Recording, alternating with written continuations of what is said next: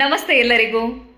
ಬೆಳಿಗ್ಗೆ ಬೇಗ ಎದ್ದು ರೆಡಿಯಾಗಿ ಇವತ್ತೊಂದು ನಾವು ಸಣ್ಣ ಪ್ರವಾಸಕ್ಕೆ ಹೋಗ್ತಾ ಇದ್ದೀವಿ. ಬರೀ ನಾನು ಮಾತ್ರ ಅಲ್ಲ, ನಮ್ಮ ಶಲ್ಯ ಡಿಪಾರ್ಟ್ಮೆಂಟ್ ಪೂರ್ತಿಯಾಗಿ ನಾವೊಂದು ಸಣ್ಣ ಪ್ರವಾಸಕ್ಕೆ ಹೋಗ್ತಾ ಇದ್ದೀವಿ. ಎಲ್ಲಿ ಅಂತೀರಾ? ಇತಿಹಾಸವನ್ನ ತನ್ನ ಶ್ರೀಮಂತಿಕೆಯಿಂದ ವೈಭವಿಗೊಳಿಸಿದ ನಗರ. ಅಲ್ಲಿ ಕಲ್ಲುಗಳು ಸಹ ಮಾತನಾಡ್ತವೆ. ನಾವಿವತ್ತು ಹೋಗ್ತಾ ಇದ್ದೀವಿ ಹಂಪಿಗೆ. ನಮ್ಮ ಪ್ರಯಾಣ ಬಳ್ಳಾರಿಯಿಂದ ಕರ್ನಾಟಕದ ವಿಜಯನಗರ ಜಿಲ್ಲೆಯ ತುಂಗಭದ್ರಾ ನದಿ ದಡದಲ್ಲಿರುವ ಹಂಪಿಗೆ ಸಾಗಿತು. ಬೇಸಿಗೆ ಶುರುವಾದರೂ ಕೂಡ ಇವತ್ತು ಮಾತ್ರ ವಾತಾವರಣ ತುಂಬ ತಂಪಾಗಿತ್ತು. ಹಾಗೆ ಹೋಗ್ತಾ ದಾರಿಲಿ ಟಿಫಿನ್ ಮಾಡಿಕೊಂಡು ಒಂದು ಒಳ್ಳೆ ಖಡಕ್ ಚಾಯ್ ಕುಡ್ಕೊಂಡು ನಾವು ಮುಂದೆ ಹೊರಟ್ವಿ.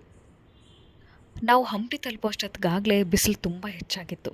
ಹಾಗಾಗಿ ಅಲ್ಲೇ ಕ್ಯಾಬ್ ಕೊಂಡ್ಕೊಂಡ್ವಿ. ನಮ್ಮ ಶಿವು ಸರ್ ಅಂತೂ ಕ್ಯಾಪ್ ಹಾಕ್ಕೊಂಡು ಒಳ್ಳೆ ಹೀರೋ ಥರ ಮಿಂಚ್ತಿದ್ರು.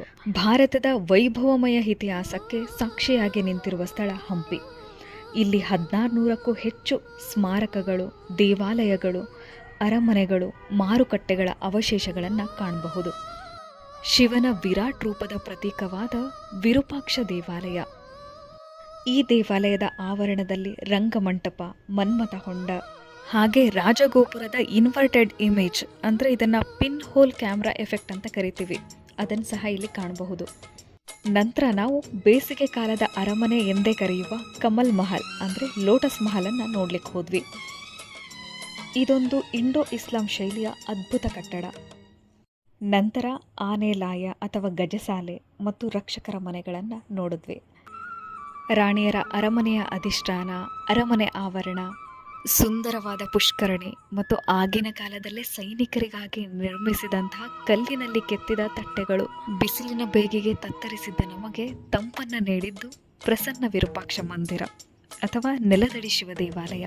ಉರಿ ಬಿಸಿಲಲ್ಲೂ ಒಂದೆರಡು ಚೆನ್ನಾಗಿ ಫೋಟೋ ತೆಗೆಸ್ಕೊಂಡು ಮುಂದೆ ನಾವು ನೋಡೋಕೆ ಹೊರಟಿದ್ದು ವಿಜಯ ವಿಠ್ಠಲ ಮಂದಿರ.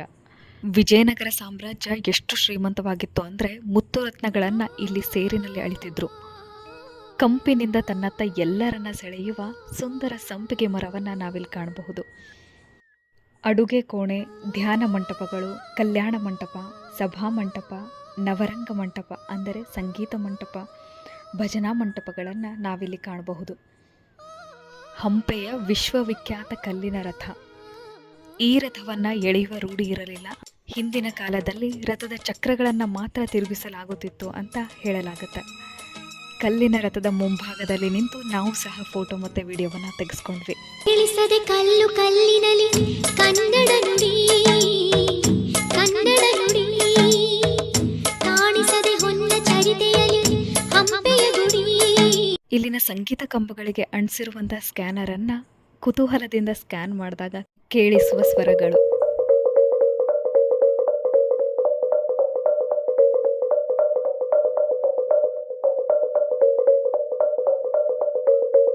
ನಮ್ಮ ಕಡೆ ಒಂದು ಮಾತಿದೆ, ಕಾಲಿದ್ರೆ ಹಂಪಿ ನೋಡ್ಬೇಕಂತೆ, ಕಣ್ಣಿದ್ರೆ ಕನಕಗಿರಿ ನೋಡ್ಬೇಕಂತೆ.